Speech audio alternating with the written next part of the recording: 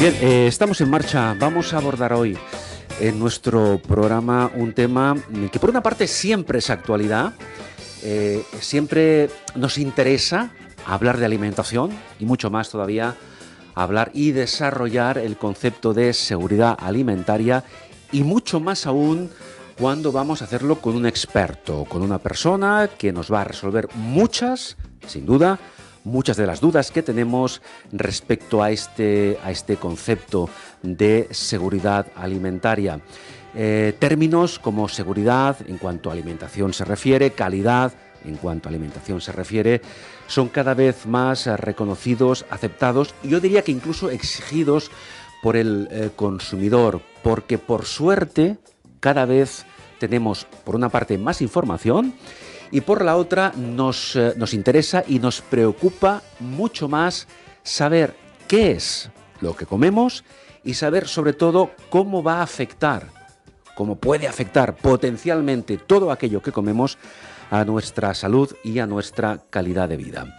Vamos a hablar de ese tema, vamos a desarrollar el concepto de seguridad alimentaria con nuestro invitado, con el profesor José Juan Rodríguez, a quien pueden ver ustedes a mi derecha, a su izquierda en la pantalla para aquellos que luego nos vean en las redes sociales. El profesor José Juan Rodríguez es profesor de Seguridad Alimentaria de la UAB, de la Universidad Autónoma de Barcelona y tesorero de la Asociación Catalana de Ciencias de la Alimentación.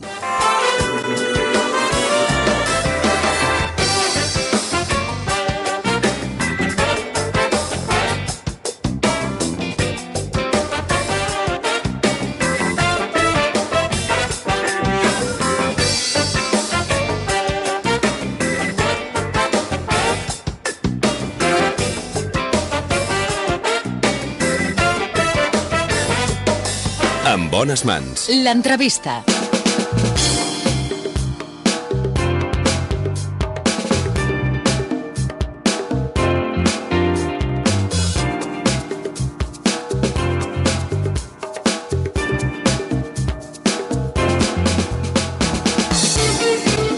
Profesor Rodríguez, buenos días. Hola, buenos días. Buenos días y bienvenido. Muchas gracias por acompañarnos. A ustedes.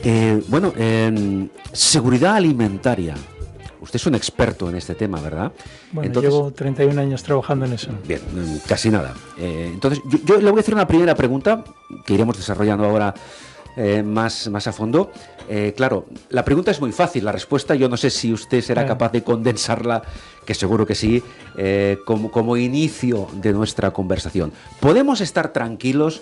¿Podemos estar seguros de lo que comemos en general? Bueno, podemos estar seguros. Desde un punto de vista general, hay que tener en cuenta que en los últimos años han bajado las enfermedades de transmisión alimentaria. ¿Han bajado? Han bajado. Bueno, es un de, buen ser punto algo, de partida, de ser algo frecuente, porque se Sí. veía en los medios de comunicación, suele acordarse Sí. de las vacas locas, Sí, y sí, cada 3-6 meses salía algo. Era un no parar. Sí. Eso fue en el año 2001.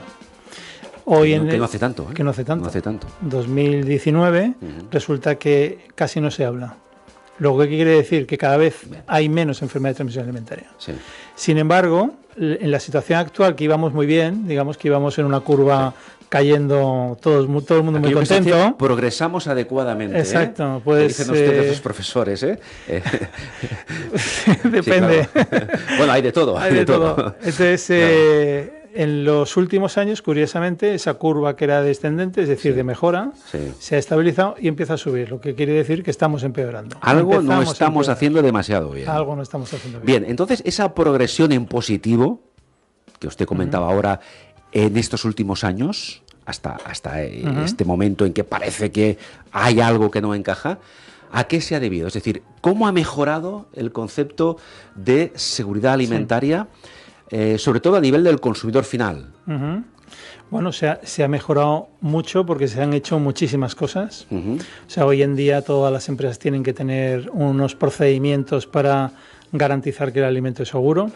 Sí. La administración cada vez hace más inspecciones a las industrias para verificar que todo funciona bien. Ujú. se hacen multitud de análisis, o sea, la gente no llega a saber la cantidad de dinero que se invierte solo para saber si el alimento es correcto o no. Claro. ¿Vale? Entonces, y eso, lógicamente, luego, que sería otro tema complementario, todo eso repercute en el coste del producto, pero ganamos en seguridad. Ganamos en seguridad y de rebote ganamos también en calidad. Porque cuanto más seguro es un alimento, normalmente, al estar más controlado, el alimento termina siendo mejor. ¿Vale? Sí. Luego hay una ventaja en los dos sentidos, ¿no? En este sentido, yo voy a hacer una pequeña pregunta sobre la marcha, porque se ha dicho que esos procesos industriales que se siguen en muchos casos para la elaboración de determinados alimentos, lo que conlleva es, por una parte, como usted muy bien dice, un mayor control alimentario a nivel de seguridad, pero por otra parte, en esos procesos industrializados, insisto, se utilizan determinados conservantes, determinados productos químicos que pueden llegar a ser, al menos potencialmente, no diré que peligrosos, pero sí nocivos para la salud. ¿Usted qué opina al respecto? Ese es un concepto en general del consumidor que está muy preocupado por todo aquello que le suene que va a tener problemas cuando sea mayor. Claro, nos estamos haciendo mayores todos, ¿eh? Sí, claro. La media de la población sube. Claro. Entonces, cuando la media de la población sube, la gente lo que tiene miedo es al cáncer. Mucha gente tiene mucho más miedo a un cáncer que a tener una gastroenteritis, claramente. Bueno, y es lógico. Claro. Entonces, cuanto más te ves de cerca que te vas haciendo mayor, más te preocupa, ¿no? Entonces, todo aquello que pueda tener alguna relación o que alguien diga que tiene relación con cáncer, pues te llama la atención, ¿no? En el caso de la alimentación, como es algo que hacemos todos los días y además varias veces... Claro, y además existe el dicho de que somos lo que comemos. Sí, bueno, somos lo que comemos y lo que hacemos, ¿no? Sí, claro, no, pero es un dicho popular. Entonces, claro, ¿qué ocurre? Que en la práctica diaria, pues también vamos buscando a veces culpables por desconocimiento, ¿no? Entonces, es verdad que los alimentos tienen muchas cosas, ¿vale? Sí. Incluso de forma natural, ¿eh? Porque hay muchos tóxicos naturales que en la propia industria, en los propios procesos, se inactivan o se destruyen y sin embargo la gente desconoce, ¿no? Sí. Entonces, ¿qué quiero decir con esto? Que curiosamente, el que una etiqueta, y si llevamos directamente ya de lleno a los aditivos alimentarios, que es lo que preocupa exactamente, a la gente. Que es aquello que vemos en la etiqueta con unas siglas, con unos números, que no sabemos la mayoría de nosotros lo que quiere decir, pero sí que tenemos la percepción de que no es algo demasiado saludable. Bueno, es un código que la gente, como lo que ve es un código, no sabe lo que hay detrás del código, pues entonces se preocupa. Claro. Y es fácil, ¿eh? Porque entramos en Google, como hace muchísima gente, ponemos ese código, no sabe exactamente lo que es, ¿no? Entonces, el que esté el código significa que la sustancia está identificada, que la industria lo está poniendo en una cantidad determinada y que esa sustancia identificada en esa cantidad se nos garantiza, que es seguro. Bien. Por tanto, que no da problema. Tendríamos por qué tener ningún tipo de aversión a consumir alimentos elaborados con determinada cantidad de conservantes o de colorantes, porque todos ellos están controlados por la industria alimentaria. Están controlados en realidad por la EFSA, que es la autoridad, no la agencia, sino la autoridad en seguridad alimentaria europea. Entonces, se revisan, para tener ese código quiere decir que está bajo control de la EFSA. Bien. Y entonces la responsabilidad de quien lo pone y tal es de la empresa. Claro. Lo que ocurre es que hace años no aparecía el código y algunos a mí me han preguntado, claro, es que antes no se le ponía. Bueno, porque no era obligatorio. Claro, digo, no es que no se pusiera, es que no se ponía en la etiqueta. Se le añadía pero no se ponía en la etiqueta, ¿no? Lo que el sistema actual de etiquetado obliga es que si se añade al alimento, se ponga la etiqueta, con lo cual se da más información. Luego el consumidor evidentemente decide. Si decide que no quiere consumir alimentos con aditivos, pues que lo decida. Eso ya nos llevaría a otro tema que abordaremos en otro momento, que serían los alimentos ecológicos, etcétera, etcétera, que la mayoría de ellos pues están exentos de conservantes, de colorantes. Pero en fin, será un tema que abordaremos. Ya hablaremos porque sí que pueden llevar en otro momento. Otro tipo. Claro, otro tipo distinto, pero bueno, sería, insisto, un tema que abordaremos en otro instante. En todo caso, esa percepción que todavía tienen hoy en día muchos consumidores respecto al tema de aditivos, conservantes, colorantes, etcétera, mayormente, y deduzco por sus palabras, profesor, que es así, se debe a una falta de información o a una información errónea, ¿verdad? por una parte se debe a falta de información y luego porque detrás pues hay una cierta información interesada. ¿A qué se refiere? ¿Interesada en qué sentido? Decir que, pues, que los aditivos son peligrosos porque alguien está directamente en contra, como hay gente que está en contra de las vacunas y cualquier cosa que ocurra dirán que es por culpa de las vacunas, ¿no? Y entonces nos dicen que esto es debido a que la industria farmacéutica, por ejemplo, con las vacunas, se quiere enriquecer. Cuando hablamos de los aditivos, dicen es que la industria se quiere enriquecer a base de hacernos daño y hay una serie de ideas y de filosofía detrás de esto que es absolutamente irreal, no tiene ninguna base técnica científica que lo apoye, ¿no? Por tanto, a nivel de seguridad alimentaria, en estos últimos años, como usted acaba de apuntar, hemos mejorado muchísimo, hemos alcanzado pues niveles, yo no sé si de excelencia, pero bastante aceptables. Sí, estamos hablando de unas pocas miles de personas, cuando hablábamos antes de cientos de miles de personas. Correcto. Ha habido una... Pero usted me decía hace un momento que parece que hay un repunte negativo. Hay ¿no? un repunte. ¿Qué está pasando? Pues la identificación de entrada es que hay una mala utilización, una mala manipulación de los alimentos, tanto en el entorno doméstico como de algunos bares y restaurantes, ¿no? Entonces, lo que nos está diciendo es que la mentalidad doméstica, porque en mucho bar y en mucho restaurante pequeño, la mentalidad que tiene la persona que está gestionando este establecimiento es muy parecida a la doméstica, ¿vale? Sí. Entonces, ¿qué ocurre? Pues que hay una serie de malas prácticas que debido a que nos hemos ido relajando con los años, cosa que es normal, es decir, a base de que la gente no enferme, pues empezamos a considerar que cosas... Es decir, nos hemos ido relajando, aunque la normativa sigue estando ahí. Sigue estando ahí. Sí, pero el consumidor, por ejemplo, puede coger y dejar un alimento que tiene que estar refrigerado fuera del frigorífico y dejarlo toda una noche. Y eso, si se aplica a nivel doméstico, evidentemente es un riesgo, pero si eso se traslada a un local público, el riesgo se puede multiplicar. Sí.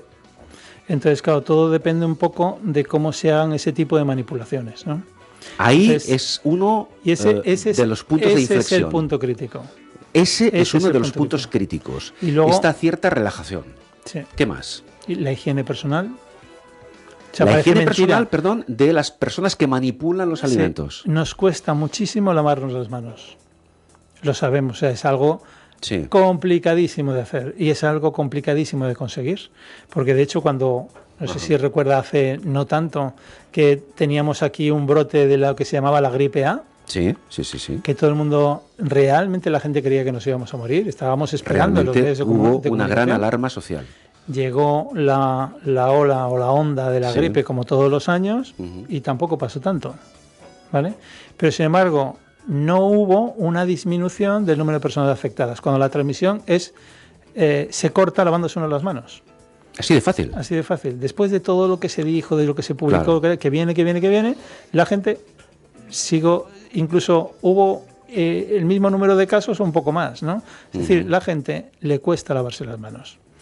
Y ese es un elemento absolutamente fundamental. Porque, es sorprendente. Claro, es decir, deberíamos lavarnos las manos siempre antes de cada comida. Antes de manipular los alimentos y después. Y después. Claro. Bueno, lo de antes, mucha gente lo entiende. Lo de después, a ver, nos lo explica por qué. Claro, porque cuando manipulamos alimentos nos quedan residuos de alimentos en las manos. Ajá. O sea, nosotros vamos a suponer que vamos a cocinar una carne X. Pues me lavo las manos antes y utilizo todo utensilios limpios. Claro. Sobre todo si lo manipulas el alimento con las manos, claro. Entonces, termino, preparo y cuando termino me lavo otra vez las manos. No cojo... Claro. Lavarse las manos significa utilizar agua y jabón. Sí. Con agua caliente. Y secarse con papel, no con un paño de cocina. Un paño, claro. Y es que ahora, escuchándole a usted, profesor, me vienen a la cabeza muchas imágenes, como usted decía, en locales, en bares de comidas públicos, no grandes locales, más bien bares pequeñitos, donde, claro, yo tengo un problema, porque escuchándole a usted luego me voy fijando... Bueno, eso es de lo que se trata, ¿no? Me voy fijando, y espero que a los oyentes les ocurra lo mismo, en esos detalles que quizás hasta ese momento habían pasado desapercibidos. Y yo, por ejemplo, recuerdo el otro día, pues en un bar, en un local público, donde se hacen pues bocadillos y tapas, que la persona, es un ejemplo, que lamentablemente creo que puede repetirse en algunos casos. La persona que hacía el bocadillo en la barra es la misma persona que cobraba a los clientes y que manipulaba pues los fiambres con la mano y que luego te daba el cambio de 10 euros. Eso lo he visto yo varias veces. Claro, esto es lo que no debe hacerse, ¿no? Pero luego puede ocurrir que más cosas, ¿no? Más todavía. Me trae a lo mejor alguien un género y entonces me cojo en un paño, me seco las manos, que no me las limpio. Correcto. Y voy a coger una caja, ¿no? Claro. Eso estamos poniendo en el disparadero, por decir así, a bares pequeños. Es una bomba de relojería. Es una situación, ¿no? Pero si nos vamos a la situación en casa, porque a mí lo que me gustaría es que la gente no... En general, el consumidor medio identifica como un problema cosas de este estilo, ¿no? Va a un bar, pero luego se va a casa y no hace caso. Y hace lo mismo. Sin embargo, o peor. Hay más casos o más de origen doméstico. Es decir, hay más intoxicaciones en casa que no en locales públicos. Un tercio de las que hay, poco más de un tercio, son de origen doméstico. O sea, si la gente en su casa se lavara las manos, se ahorraría muchos bajaría problemas. Inmediatamente, seguiríamos la curva descendente que estábamos viendo estos años atrás. Aquí hay dos focos de atención, el doméstico y el de los locales públicos. En todo caso, ese ejemplo que yo le ponía, eso sería incorrecto, ¿verdad? Actuar de esa forma no debería hacerse. No debería hacerse, no. En beneficio de los clientes de ese local público.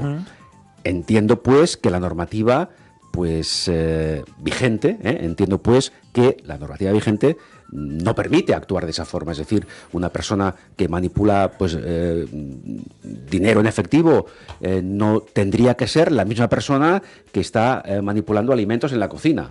Esto entiendo que debería ser así. Luego nos encontraremos a la persona que está en el bar que dice, es que no tengo recursos para tener a 2 personas. Esa era la siguiente pregunta, porque... Puedo manipular alimentos con guantes o me puedo lavar las manos. Claro. ¿No?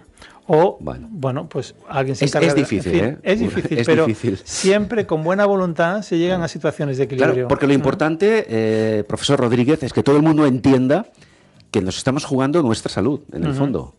Sí. Claro, luego también es verdad que hay muchos consumidores, porque claro, todos somos consumidores, que al final pensaba, bueno, y si no, a malas lo que más que puede ocurrir es una gastroenteritis. ¿Vale? Sí. Y sin embargo estamos viendo que hay situaciones en las que esto ya no es así. Hay algunos microorganismos que antes no conocíamos tan bien o que no eran tan comunes, que sobre todo cuando hay una rotura importante de la cadena de frío, que son capaces de provocar una mortalidad en los afectados de hasta un 30%. Bueno, eso son palabras mayores. Son palabras mayores. ¿Y de esto qué significa? Que estamos teniendo aproximadamente alrededor de entre 120 y 150 casos al año, lo que significa que más o menos estamos hablando de entre 20 y 30 personas muertas ya cada año. Simplemente por no refrigerar correctamente los alimentos. Bien, pues si le parece, profesor, vamos a ir detallando algunos puntos en concreto a nivel doméstico. Vamos a centrarnos hoy a nivel doméstico, conceptos básicos, fundamentales, dentro de lo que es la seguridad alimentaria en nuestra casa. El primer punto usted ya lo acaba de introducir. ¿Cuál sería la correcta utilización del frigorífico y del congelador? Lo primero es tener un buen equipo. Parece una... No diremos marcas, por eso. No quiere decir que sea caro, ¿eh? Sí. O sea, recomendaciones, pues claro, que tengamos en principio el congelador separado del frigorífico, ¿vale? La mayoría de los electrodomésticos de los frigoríficos hoy en día los combis, llamados combis, tienen congelador en la parte de abajo. Puede estar el congelador arriba, abajo, en una puerta lateral, lo que sea, pero digamos físicamente, lo ideal sería que físicamente estuvieran separados. Porque así aseguramos que el congelador estará a su temperatura, que el frigorífico al suyo. La siguiente es que tengamos un indicador de temperatura. Porque claro, el ideal es que la temperatura... Hoy en día prácticamente todos lo llevan. Por eso que es frigorífico tendría que estar por debajo de 8 grados, preferiblemente entre 6 y 7 grados. El congelador tiene que estar a menos 18 grados, ¿vale? Con lo cual, eso ya lo tenemos. Y entonces cuando decía... Y luego además ir renovando el frigorífico con cierta frecuencia, porque nuestro elemento de seguridad es el frío.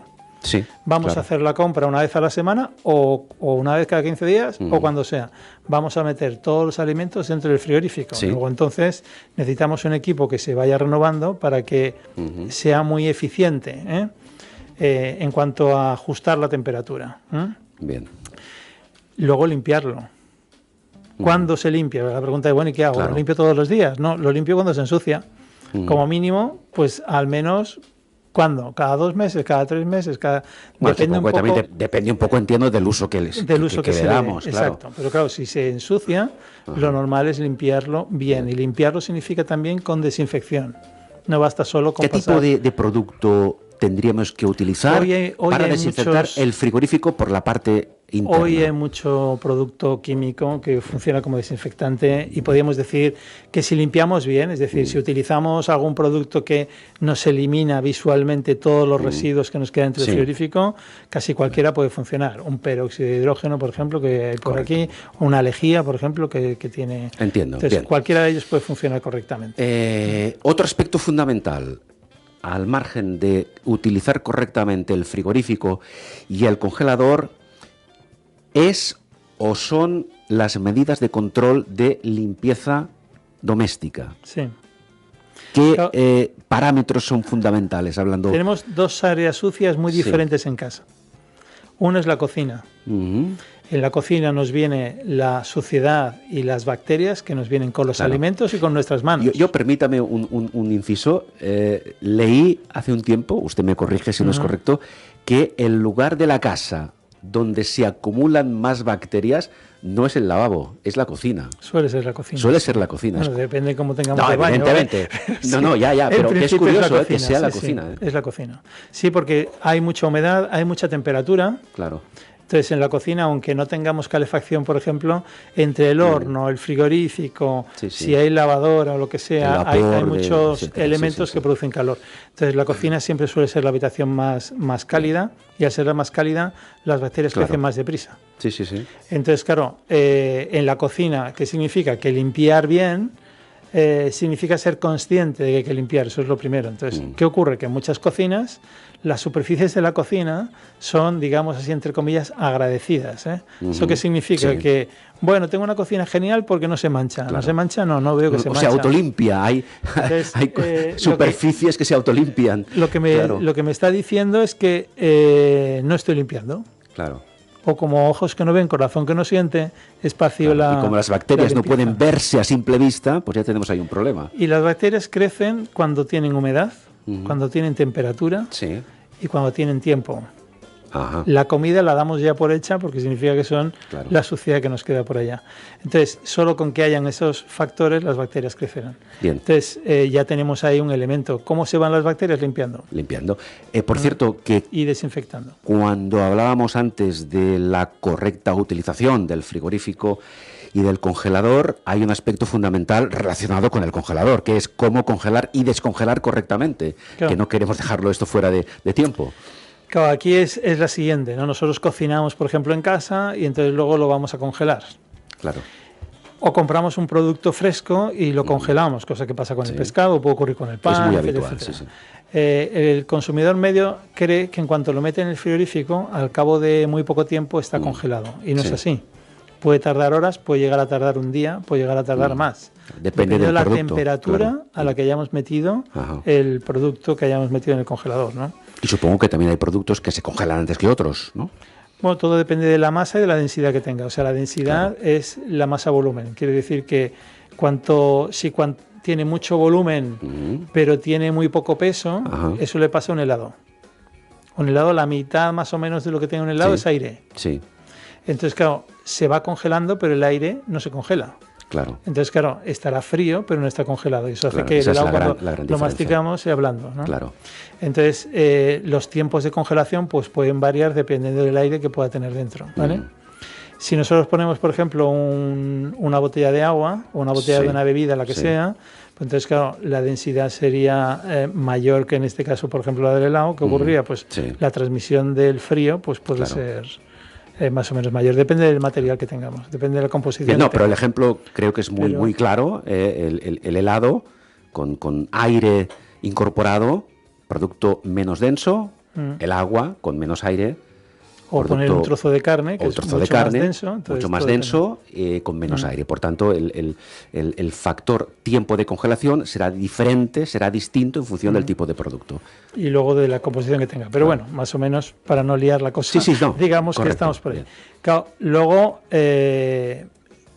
yo creo que mucha gente ha cogido de repente, quería beberse una bebida, una cerveza o con una bebida refrescante, la mete en el congelador para enfriarla deprisa. Sí, eso lo hemos hecho todos. La dejamos, ¿cuánto tiempo hace falta para que esté fría? Pues a lo mejor hace falta casi una hora, 45 minutos más o menos una lata. Hemos puesto en un congelador que está a menos 18, una bebida son 330 mililitros y tarda una hora en bajar la temperatura. De la temperatura ambiente, que son 20, a estar a 5 grados. Una hora en bajar 15. ¿Cuánto tardaría en bajar otros 20 o 25 grados más, ¿no? Pues claro, necesitamos horas para congelar lo que estamos metiendo, ¿no?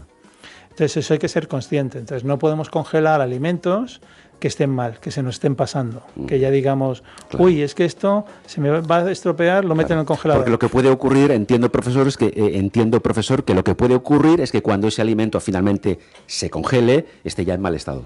Bueno, estará peor que cuando lo pusimos, y luego cuando lo vamos a descongelar, como de repente queremos que, ay, se me olvidó tal, o no lo meto en el frigorífico porque tarda un día descongelarse, lo dejo a temperatura ambiente. Entonces ya hemos terminado de fastidiar. Esto es otro error, ¿verdad? La historia. Entonces, claro, si lo dejo a temperatura ambiente y el producto inicial era buenísimo, pues bueno, estará un poquito peor, pero todavía aguanta. Pero claro, si ya es un producto que ya venía regular, pues entonces tenemos un problema. Un desastre. Profesor, vamos a ver. Es curioso porque quiero que nos hable del uso del lavaplatos, de los microondas y de los equipos domésticos, porque esto puede tener una repercusión también por lo que se refiere a nuestra seguridad alimentaria. ¿Qué hacemos mal con el lavaplatos? ¿Qué hacemos mal con el microondas? ¿Y qué hacemos mal con los equipos domésticos en general? Bueno, en general, el lavaplatos es otro elemento higiénico. ¿Por qué? Porque el lavaplatos como mínimo va a lavar a 55 grados centígrados, normalmente suelen ser las temperaturas mínimas. Sí. Y vamos a poner un producto de limpieza que es muy oxidante. Se limpia bien el lavaplatos, si funciona bien el equipo, claro, porque hay un producto químico que oxida mucho y entonces al oxidar provoca una desinfección. Normalmente cuando nosotros sacamos los platos del lavaplatos secos o los ponemos para que se sequen pronto, ese plato está en unas condiciones higiénicas mucho mejores que si lo limpiamos a mano.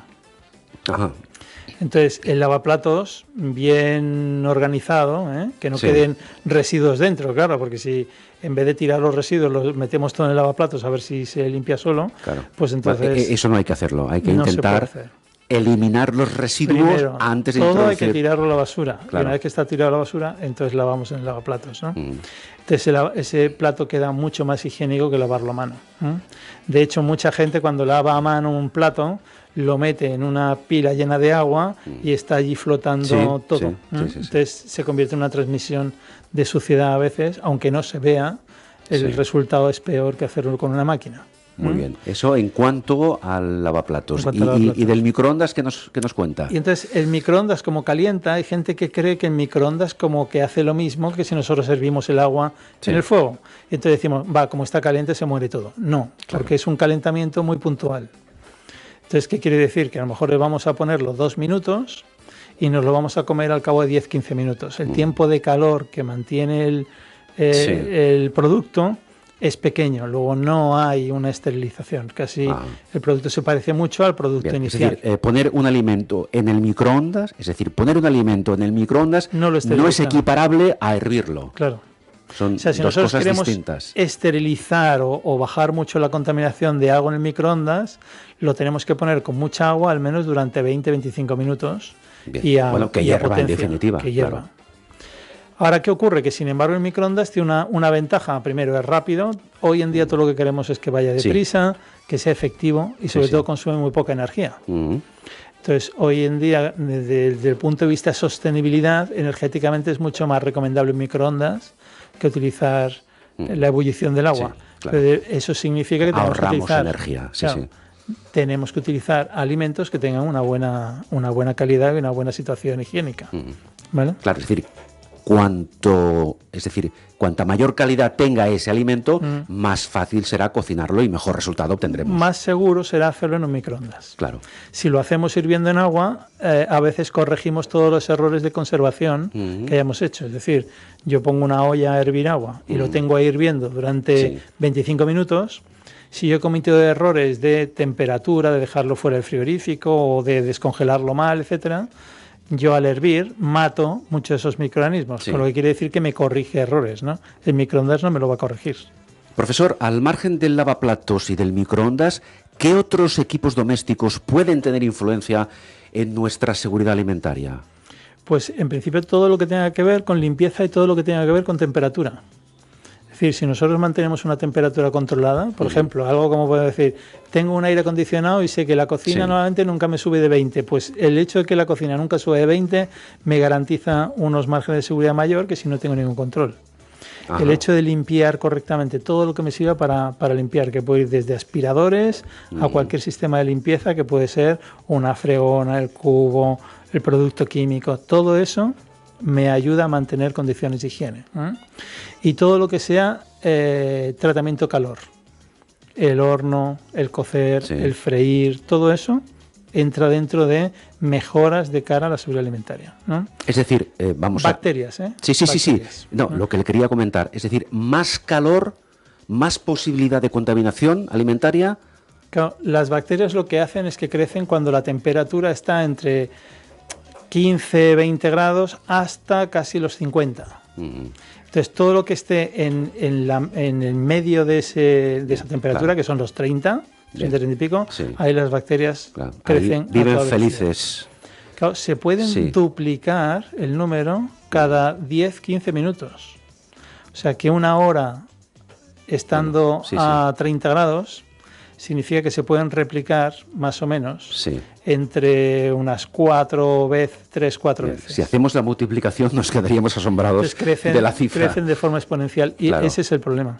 Claro. Y luego, si tenemos en cuenta que estamos en una situación de cambio global de temperatura, de cambio climático, el incremento de las temperaturas va aparejado con un incremento del riesgo microbiológico. Claro, por eso en verano hay más intoxicaciones alimentarias que no en invierno, que también las hay, pero quizá menos. Cuanta más temperatura hay, más hay que extremar las condiciones de higiene. Bien, el tema de lavarse las manos ya lo hemos comentado antes, pero en fin, hay que tenerlo siempre bien presente.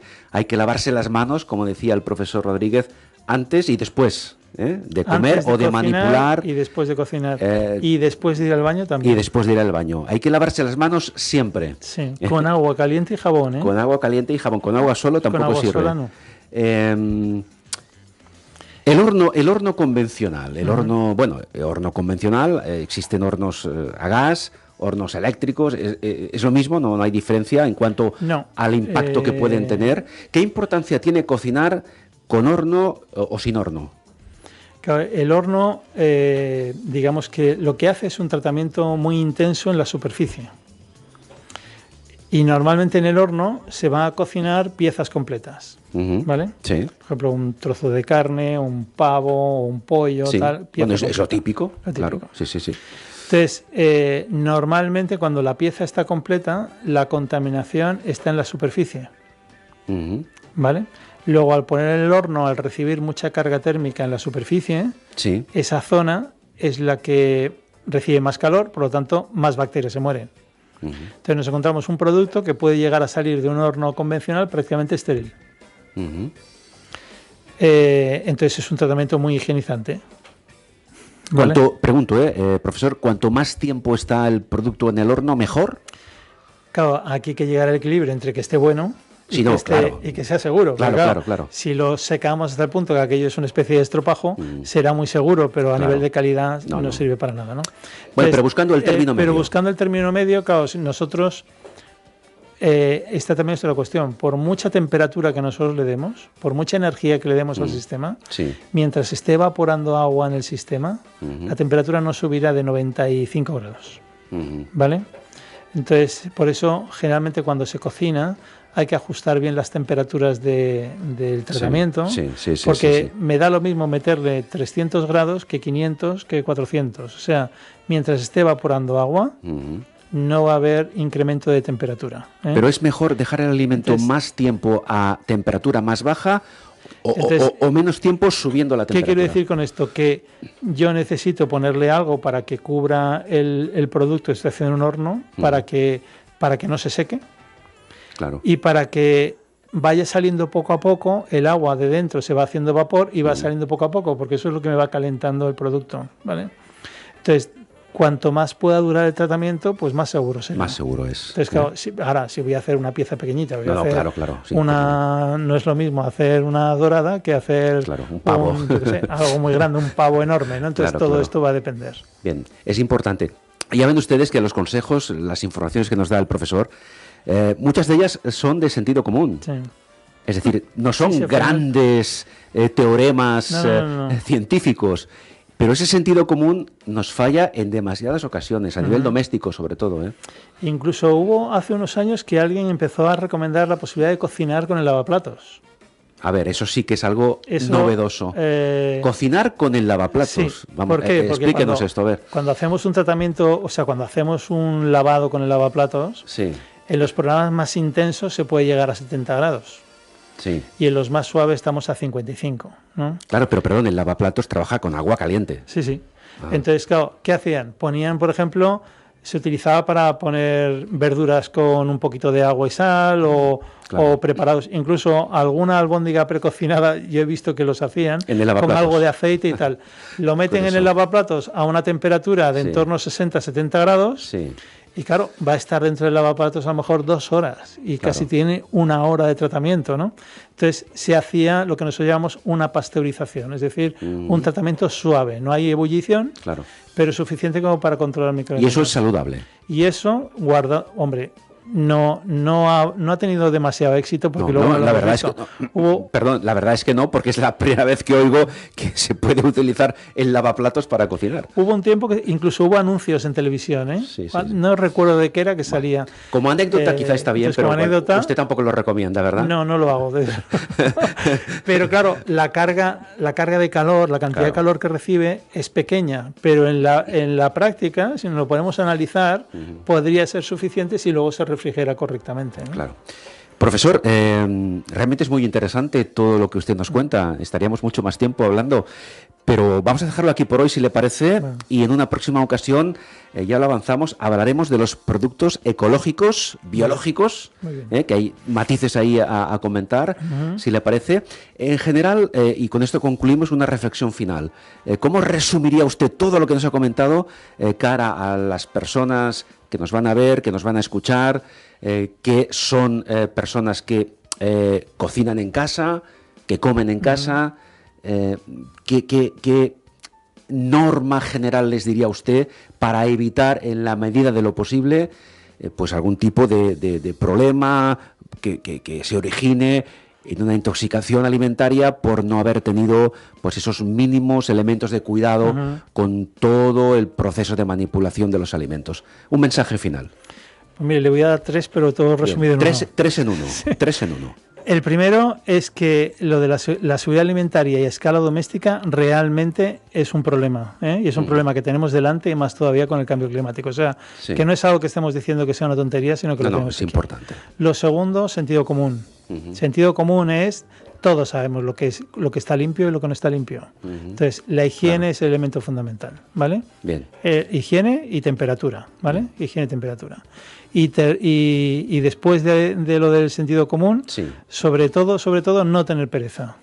O sea, que me tengo que lavar las manos, que tengo que hacer esto. El tema de lavarse las manos. Tener pereza, la higiene, la seguridad no puede basarse en la pereza. Queda claro. Higiene, sentido común y lavarse las manos cada vez que sea necesario. Eso es. Profesor, muchísimas gracias. Yo le espero dentro de pocos días, seguiremos hablando del tema. El profesor José Juan Rodríguez, que hoy nos ha acompañado hablando de seguridad alimentaria, es profesor precisamente de seguridad alimentaria de la Universidad Autónoma de Barcelona y tesorero de la Asociación Catalana de Ciencias de la Alimentación. Hasta muy pronto, profesor. Muchas gracias. Muy bien, a ustedes.